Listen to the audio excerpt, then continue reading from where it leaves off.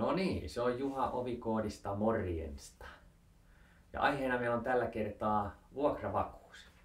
Ja sehän tarkoittaa sitä, kun vuokranantaja ja vuokralainen tekee vuokrasopimuksen, niin samalla siinä vuokrasopimuksessa sovitaan myös tästä vuokravakuudesta. Ja sehän on lähinnä niin kuin vuokranantajan turvaksi, jos vuokralainen ei vastaa velvoitteistaan ja eikä maksa vuokria. Ja sitten sitä tarvittaessa voidaan sitä vuokravakuutta käyttää. Ja se vuokravakuus on maksimissaan 3 kuukauden vuokran suuruinen. Yleensä se käytännössä on 1-2 kuukauden vuokran verran. Ja sehän voi kyllä tietysti, vuokravakuus voi olla mitä tahansa, mitä vuokralainen ja vuokraantaja keskenään sopii, mutta varsin usein se on ihan rahaa.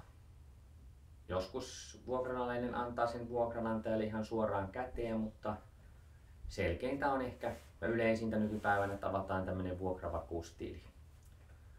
Ja sehän tapahtuu sillä tavalla, että vuokralainen menee vuokrasopimuksen kanssa tonne pankkiin, avaa siellä vuokravakuustilin, sitoutuu, ettei käytä niitä tilin varoja vuokrasopimusaikana ja siitä tehdään tämmöinen panttaussitoumus. Ja sitten kun panttaussitoumus on tehty ja talletettu sinne tosiaan varat sinne vuokravakuustilille, niin sitten vuokralainen menee vuokranantajan luokse ja antaa hänelle panttaussitoumuksen ja sen jälkeen asunto voidaan hänelle sitten luovuttaa.